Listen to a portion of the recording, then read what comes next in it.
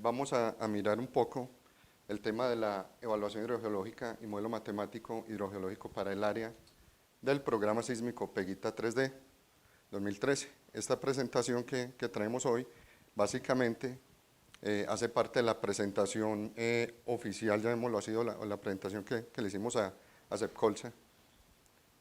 Habrán algunos aspectos sobre los cuales no vamos a ahondar mucho y posiblemente pasemos de largo. Sí, habrán otros que realmente son los que queremos mostrar y sobre los cuales haremos mayor énfasis.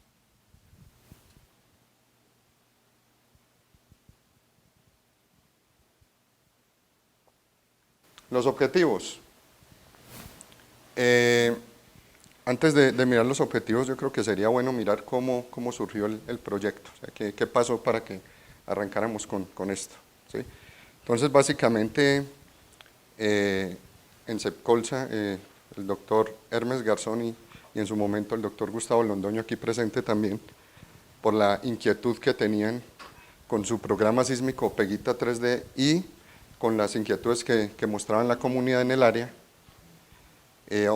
buscar alguna forma, alguna manera medible o al menos con la cual se pueda mostrar algunos resultados, ¿sí?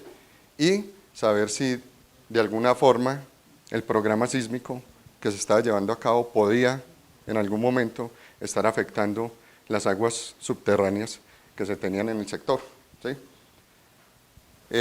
Para eso pues hicimos un par de reuniones, miramos de pronto qué aspectos podíamos atacar rápidamente, ¿sí? Algo que pudiéramos hacer de forma relativamente rápida.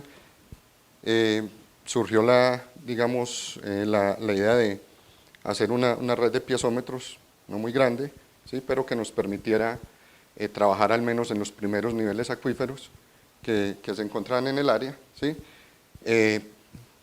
Trabajar también con temas de geofísica para mirar posibles niveles acuíferos más profundos que no pudiéramos atacar con los piezómetros.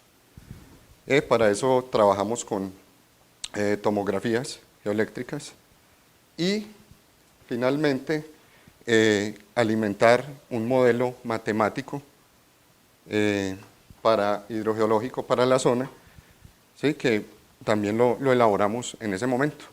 Nos pareció que finalmente si podíamos de alguna forma con el modelo matemático predecir qué podía ocurrir en el área, pues también podríamos comparar con los datos que realmente estaban sucediendo en campo antes de las detonaciones de la sísmica, inmediatamente después y luego con un periodo de tiempo posterior que fue aproximadamente un mes, ¿sí? Entonces, pues con esto iniciamos el proyecto, le dimos vía libre y arrancamos también las actividades. Secuencia metodológica, pues básicamente lo que les estaba comentando, trabajamos en 3 fases. Una primera fase de una revisión bibliográfica muy rápida, centrada sobre todo en documentación del área de estudio, ¿sí? Entonces, fueron muy importantes todo el tema de los documentos de licenciamiento ambiental que habían en el área y revisamos también algunas experiencias que se habían hecho en otras partes, ¿sí? Y que ya pues los han comentado inclusive en este mismo espacio. Posteriormente arrancamos ya un trabajo de campo fase 2, entonces hicimos un reconocimiento geológico de superficie, hicimos una adquisición y análisis de información primaria, que básicamente era el estudio geofísico, ¿sí? El inventario de puntos de agua, pues que era importante para el tema del modelo hidrogeológico matemático, la construcción de piezómetros, el monitoreo y pruebas hidráulicas, que también es muy importante para el tema de definir las propiedades hidráulicas del acuífero, y se hizo un análisis de calidad de agua en ese momento. Posteriormente pasamos a la fase 3, donde se realizó ya el modelo hidrogeológico como tal, modelo geológico matemático. Utilizamos el software Visual ModFlow, que es pues muy empleado para este tipo de modelos, y finalmente se hizo una verificación de niveles freáticos antes y después de la fase de registro en el área del proyecto sísmico. Una localización general del área de estudio. Entonces estamos hablando que estamos en el departamento del Meta, ¿sí? Cerca a Puerto Gaitán, sector de Altillanura. Pronto aquí no se ve muy bien, pero tenemos el río Manacasías, el río Muco en este sector, ¿sí? Y tenemos la parte de las terrazas aquí del río Manacasías en la parte de abajo, Altillanura, y aquí un pequeño, digamos, desnivel altitudinal ahí para entrar al sitio. La parte de geología, pues digamos que así a grandes rasgos, lo que le estamos diciendo, teníamos aquí las terrazas, tenemos la parte de la formación Guayabo, aquí arriba, ¿sí? Aparece la formación Guayabo en dos colores aquí y es a propósito, porque para efectos del estudio quisimos diferenciar la parte de arriba donde teníamos, digamos, una capa de suelo residual más importante que aquí en esta parte que pues ya es un frente de erosión, ¿sí? Y teníamos también aquí unos depósitos de llanura del río Muco, ¿sí? Bastante encañonados, aquí los del río Manacasías.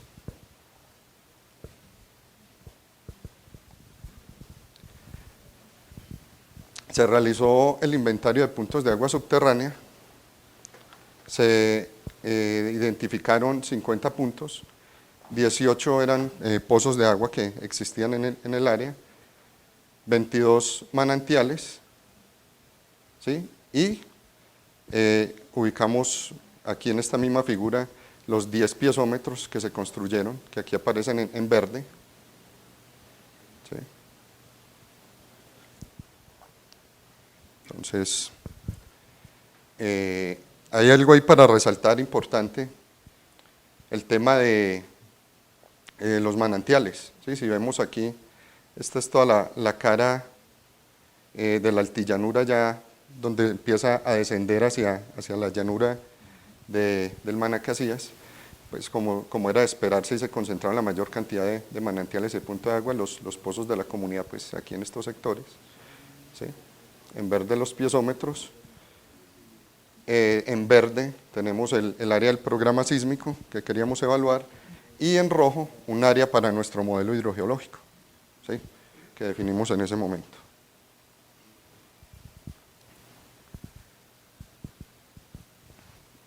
Pues aquí algunas imágenes de los puntos de agua que se encontraron, ¿sí? Entonces, de los 18 pozos de agua había uno abandonado, uno inactivo y 16 productivos, los manantiales y los piezómetros de los cuales hablábamos, ¿sí? Aquí, por ejemplo, tenemos el detalle de uno de los piezómetros, el construido en la hacienda Cachoviejo.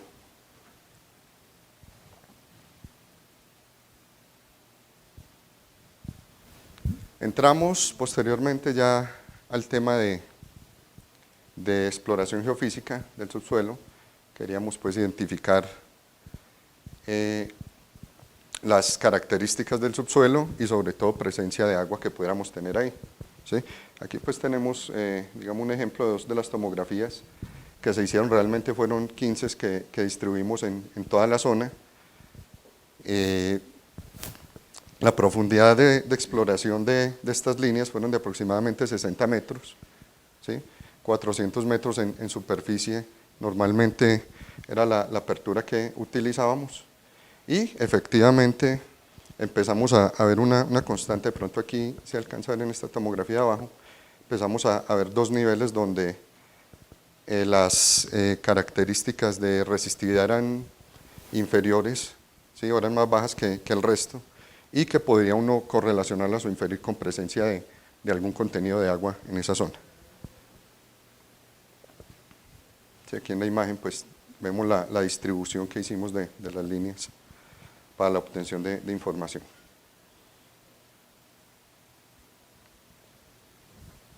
Localización y construcción de piezómetros. Entonces ya cuando arrancamos a mirar cómo íbamos a distribuir los piezómetros. Entonces teníamos una información preliminar ya geofísica, ¿sí? Ya teníamos un inventario y podíamos ya de cierta forma distribuir o prediseñar los pozos los piezómetros que íbamos a construir, ¿sí? Entonces tratamos que la red quedara aproximadamente distribuida alrededor de todo el bloque, ¿sí? Y también en los extremos, para tener información, incluyendo de la hacienda la Unión y de la hacienda la Esperanza, que quedaban ya sobre la parte baja, hablemos ya de la terraza del río Manacasías. ¿Sí? Aquí tenemos el listado de los piezómetros perforados y la fecha de instalación de cada uno. Entonces estamos hablando trabajos de perforación en septiembre y en octubre del 2013.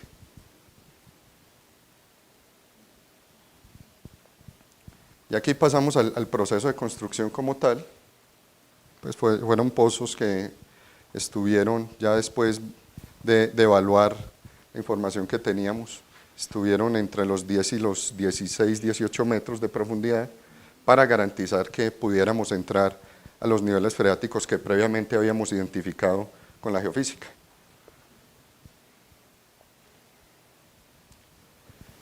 Bueno, como parte, digamos, del protocolo que se utiliza en este tipo de perforaciones, pues se hizo un análisis de ripio de perforación, ¿sí?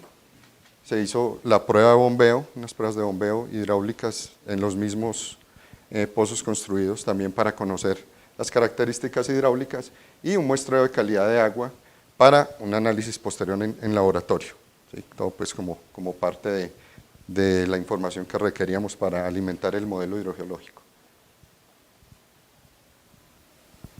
Aquí tenemos pues ya, digamos, lo que se encontró durante las perforaciones. Básicamente encontrábamos intercalación de niveles arenosos, arcillosos, alguna parte de grava también se encontró, pues típico de lo que es Guayao.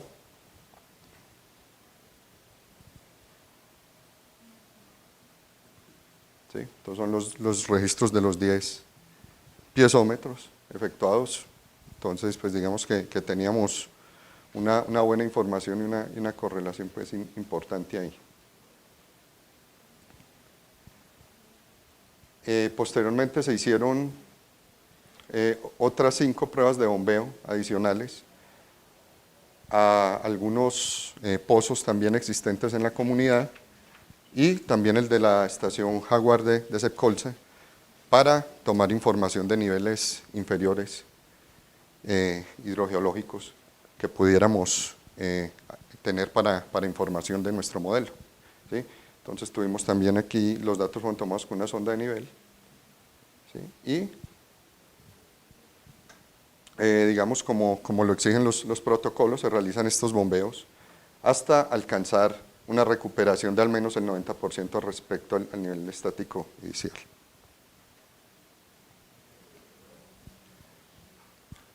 Digamos, ya son imágenes de las pruebas de calidad de agua que se efectuaron en ese momento. Y pasamos ya a realizar una caracterización de unidades hidrogeológicas en lo que encontramos allí. Entonces, básicamente, digamos que muy a grosso modo, en superficie, como estamos viendo ahí el mapa hidrogeológico, teníamos 2 unidades. ¿Sí? Una básicamente era la parte de sedimentos cuaternarios, sedimentos sueltos, entonces hablamos de las llanuras aluviales, ¿sí? Y la demás tiene relación con lo que era la formación Guayao. Entonces hablábamos que para la unidad de terrazas aluviales, que son estas 2 que aparecen acá, tenían que ver con algo de suelos residuales de formación Guayao, que hacían parte del material que teníamos acá, ¿sí? Ya retrabajado, y pues toda la parte de finos que nos va arrojando las fuentes hídricas, ¿sí? Para la unidad A1, que era, digamos, un objetivo mucho más interesante en el estudio, porque finalmente ahí era donde estaba el grueso de la exploración sísmica. Encontramos que teníamos suelos residuales de formación Guayabo aproximadamente entre profundidades hasta de 2 a 5 metros, ¿sí?, en promedio, y los acuíferos que se nos formaban ahí eran básicamente acuíferos semiconfinados, pues digamos había uno superior que era prácticamente libre, y con porosidad primaria relativamente baja, y pues son acuíferos de moderada y alta productividad.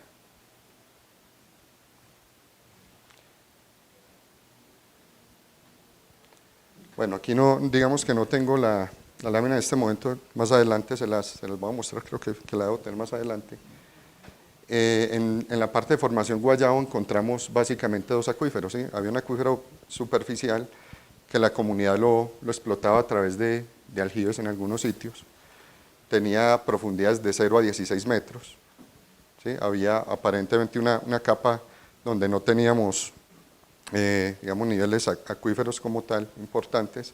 Posteriormente, a niveles superiores a 35 metros, 40 metros, aparecía una capa que era mucho más, digamos, espesa, donde teníamos información geofísica que nos correlacionaba con niveles acuíferos, ¿sí?, o al menos con presencia de agua, y mucha parte de esos niveles son los que alimentaban los pozos profundos de la región, pues que básicamente no eran muchos. Bueno, no me quiero extender mucho en el tema del modelo matemático, pero inicialmente, pues, ya con toda esta información que se recogió, se construyó un modelo hidrogeológico conceptual, ¿sí?, teniendo en cuenta información, pues, de topografía, climatología, hidrología, ¿sí? Nos basamos en las estaciones IDEAM que estaban más cercanas, y la idea era construir el modelo matemático que nos permitiera hacer una predicción de comportamientos en la zona, pues con cierta precisión, ¿sí?, de los niveles acuíferos. Bueno, básicamente esta era la diapositiva que les comentaba hace un momento. Si nosotros tenemos, esa diapositiva corresponde a un corte más o menos en esta dirección. Aquí tenemos la parte de altillanura, tenemos la cara libre, digamos, los afloramientos, y la parte de descenso hacia la parte de llanuras aluviales del río Manacasías, ¿sí?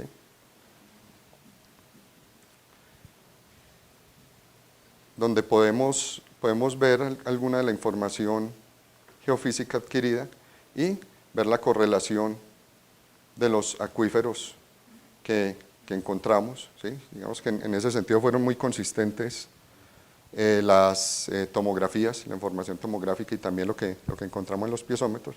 Básicamente estos son los dos niveles de los que hablábamos, ¿sí?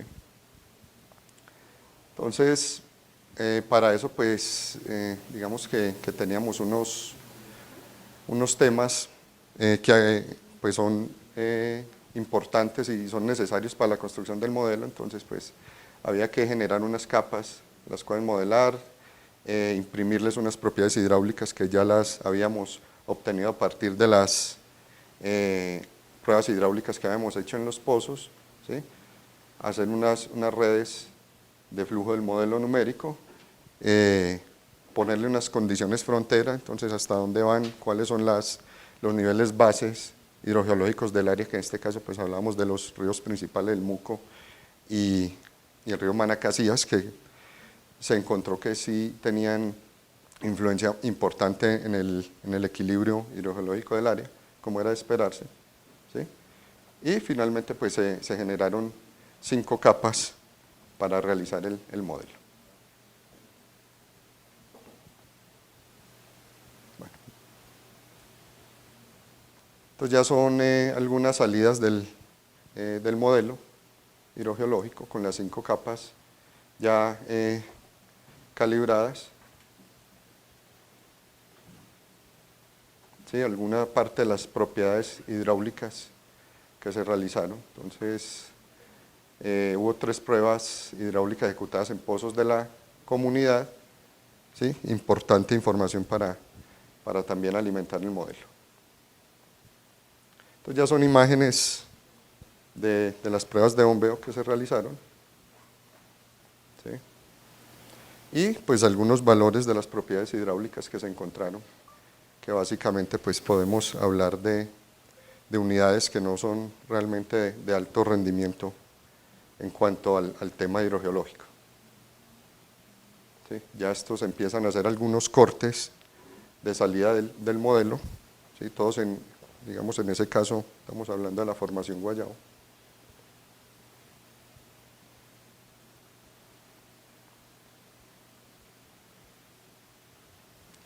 Importante el tema de anisotropía, también tenido en cuenta en el modelo, ¿sí? Sabemos que la forma en que el agua avanza en los poros pues es diferente en sentido vertical y horizontal, tenido en cuenta también. Y Una pregunta así rápida. sí, ¿Qué es la anisotropía? anisotropía, bueno. Los que no somos geólogos ni hidrólogos. Bueno, digamos que no solo en el ámbito geológico, sino digamos en muchos aspectos, es saber si un flujo, en este caso un flujo de agua, se comporta o se mueve exactamente de la misma forma en muchas direcciones, en la parte horizontal, en la vertical, ¿cierto? Si se mueve de la misma forma, mismas velocidades, podríamos estar hablando de un caso isotrópico, ¿cierto? O sea, que va a ser de iguales características el movimiento. En este caso, para la parte de hidrogeología, hablamos de anisotropía. Seguramente no va a ser iguales porque las condiciones siempre van a ser diferentes, ¿sí? Sin embargo, para el modelo uno trata de estandarizar, digamos, las condiciones, pero es importante al menos saber que en la parte vertical y en la parte horizontal, pues no, el movimiento no es de las mismas condiciones, ¿sí? Aquí, pues, digamos, toda la parte de recarga, ¿sí? Entonces se tuvo en cuenta precipitaciones para multianuales, ¿sí? Precipitaciones multianuales, con la media mensual, por ejemplo, ¿sí? Esta es la recarga potencial para el año 2012-2013. Entonces, para la parte de 2010, utilizando datos 2010, precipitaciones mínimas, y de 2003 para precipitación máxima.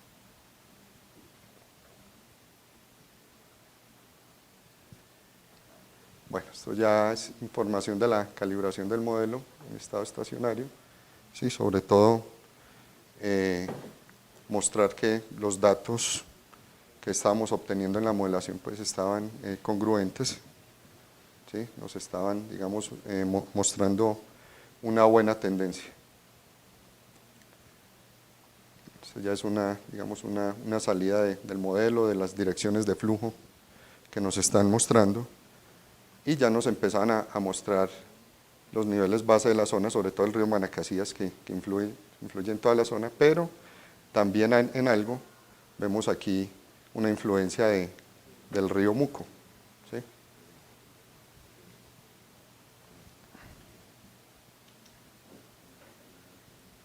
Uno de los cortes también del modelo, mostrando direcciones de flujo en las 5 capas que teníamos aquí para modelar, ¿sí? Y hicimos una serie de simulaciones con el modelo, ya digamos el modelo ya en esta etapa ya estaba construido y ya digamos con cierta exactitud podíamos hablar que era un modelo que no estaba funcionando y que podíamos ya trabajar con él en simulaciones, ¿sí? ¿Qué pasaba si? ¿Cierto? Entonces, ¿qué pasaba si, por ejemplo, para esta simulación teníamos condiciones de precipitaciones máximas históricas, ¿sí? Entonces, nos estaba hablando o prediciendo que podíamos tener unos ascensos en los niveles freáticos, inclusive hasta de 5 metros, ¿cierto? Igual también hicimos unas simulación para condiciones de máximo estiaje y inclusive pues condiciones mucho más extremas, y nos hablaban de descensos de 1.26 metros, ¿sí? Los cuales podíamos esperar en el área.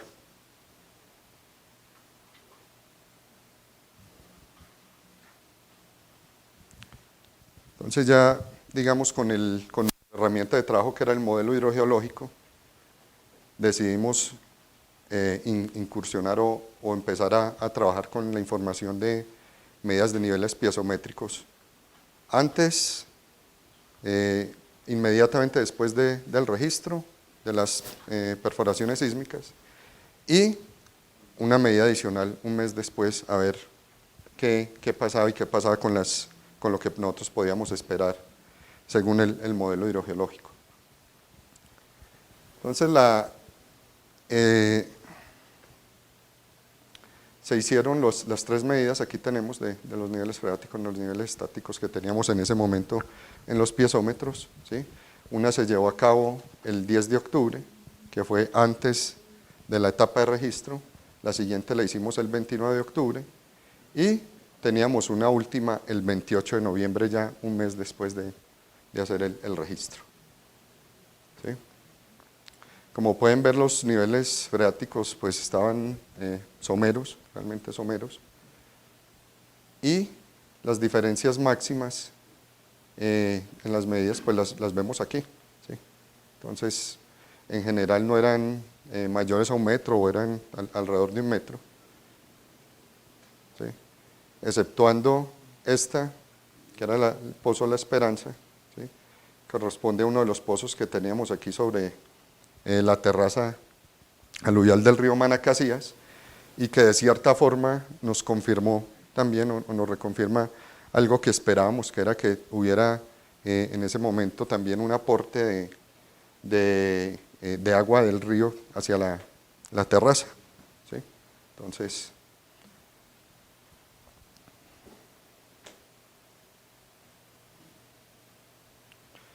bueno, aquí tenemos unos perfiles sacados en los piezómetros, ¿sí? Aquí tenemos algunos piezómetros, aquí tenemos otros, vamos a mirar el perfil AA'. Sí, básicamente ese perfil se sacó utilizando los piezómetros que teníamos en la parte baja, ¿sí? Casi en la ladera, en la bajada de la altillanura, y en la parte baja ya pues como tal de la llanura aluvial. Graficamos cada una de las tres medidas. Pronto pues ahí por tema de escala pues nos tocó exagerar bastante para que se viera alguna diferencia, porque realmente estamos hablando, como vimos ahora, diferencias máximas de alrededor de 1 metro, ¿sí? Exceptuando aquí donde subió el nivel en el Pozo La Esperanza, ¿sí? Pero finalmente esta medida pues fue la que se hizo un mes después de obtener, de hacer el registro sísmico, donde habían descendido los niveles, ¿sí? Pero pues básicamente consistentes. Aquí tenemos las dos primeras medidas, ¿sí? La del 10 de octubre y la del 28 de octubre, que fueron muy similares. Realmente pues no hubo gran cambio en esas dos medidas, ¿sí? Entonces pues tenemos un modelito y que generamos también para representar el tema de niveles freáticos. Para el perfil B, que en este caso estaba pues en la parte noreste del área, ¿sí? Cercana al río Muco, también empleamos 4 piezómetros. Se realizaron las 3 medidas de las cuales estamos hablando, ¿sí? Tenemos la del 10 de octubre, la del 20, la del 28. Y un comportamiento muy similar al que veíamos en los otros piezómetros. Las diferencias pues básicamente de centímetros, máximo de 1 metro. Esta primera pues para seguir hablando de lo mismo, esta primera realizada antes del registro, esta inmediatamente después del registro, es después de haber realizado el registro.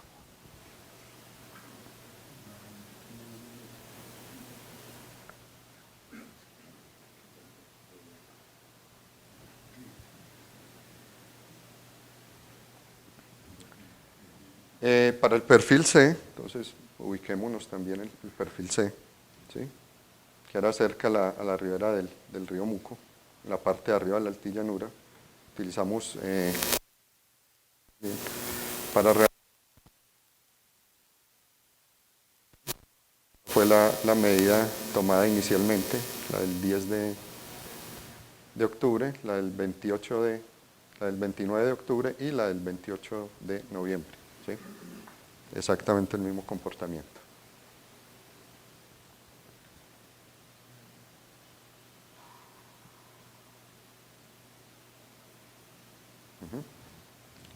Perdón, este es el que quería mostrar. Entonces tenemos exactamente el mismo comportamiento, las dos primeras medidas muy cercanas y un descenso de aproximadamente alrededor de 4 o menos. ¿Sí? ¿Qué pasó? Entonces ya cuando tuvimos nuestros niveles, miramos las diferencias que teníamos. Bueno, hombre, entremos al modelo a ver qué pasa. Eso digamos, era el comportamiento que esperábamos o no, ¿cierto? Digamos que estábamos acordes con el tema de descensos esperados, ¿sí? Para ese momento del año, con digamos, los regímenes históricos de aportes de lluvias y otros, esperamos un descenso alrededor de 1.26 metros, que fue muy consistente con los resultados que habíamos obtenido en campo de descensos de alrededor de 1 metro, de medio metro, ¿sí? De 80 centímetros. Entonces podíamos decir que estábamos dentro de lo esperado, ¿cierto? Entonces no siempre, digamos, un descenso en los niveles freáticos, en este caso, pues el tema de discusión es la sísmica, ¿sí? No siempre, o no debería mirarse que el descenso es a causa de detonaciones o algo, es un tema natural, ¿sí? Ya lo habíamos predicho con el modelo, ¿sí? Entonces, pues digamos que fueron los resultados satisfactorios los que encontramos en ese momento.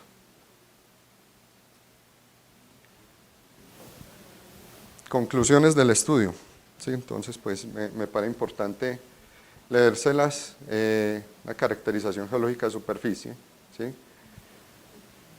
Realizada correlacionando sondeos mecánicos, principalmente pruebas hidráulicas. Tuvimos hasta 6 metros de profundidad. Los piezómetros, algunos, atravesaron la capa hasta los 18, ¿sí?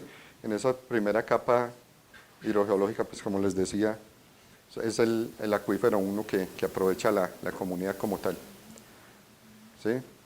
Depósitos cuaternarios constituyen acuíferos superficiales, ya que tienen una interconexión hidráulica con las corrientes, lo vimos con uno de los pozos que construimos en la llanura y que realmente nos confirmó la del río Manacasías, ¿sí? Los cerros residuales de la formación Guayabo están asociados a primeros metros de profundidad y de acuerdo a pruebas de bombeo tiene una productividad media-baja, ¿sí? Pues lo vimos también con las pruebas de bombeo que se realizaron.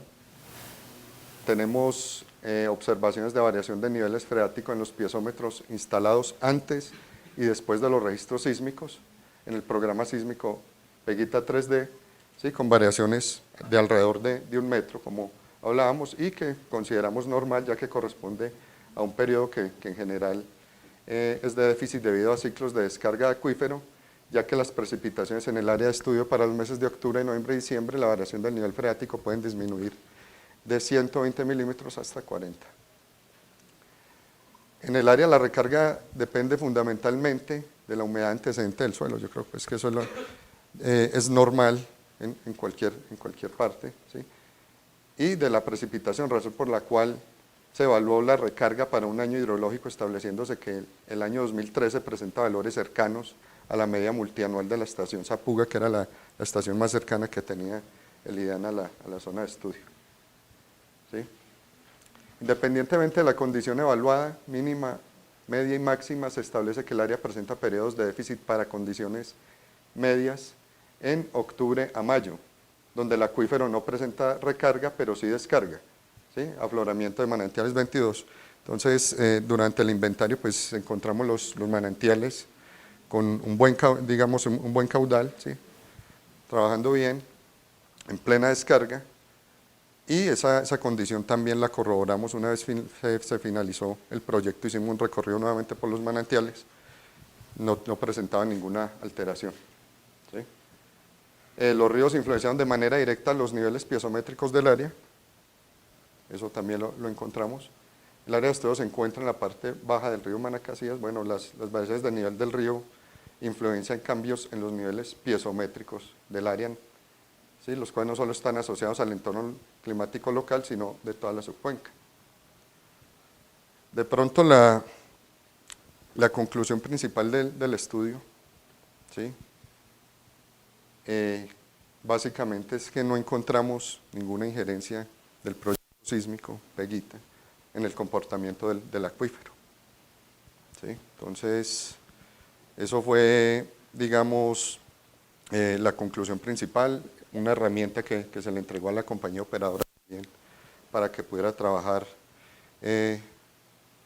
con ya otros temas ambientales, ¿sí? Pudiera mostrar el trabajo a comunidades, ¿sí? Y se convirtiera en una herramienta que finalmente acompañara el proceso. ¿Sí? Tengo entendido que para otros proyectos siguieron haciendo estudios similares, ¿sí? Y hay otras compañías que también lo vienen realizando, o sea, pues este no es el único estudio ahorita, hay compañías que están ahorita realizando estudios similares y digamos unos esfuerzos muy importantes que estamos realizando. Ahorita lo importante de este tipo de eventos, poder empezar a articular todos esos esfuerzos de alguna forma aislados que se están haciendo, ¿sí?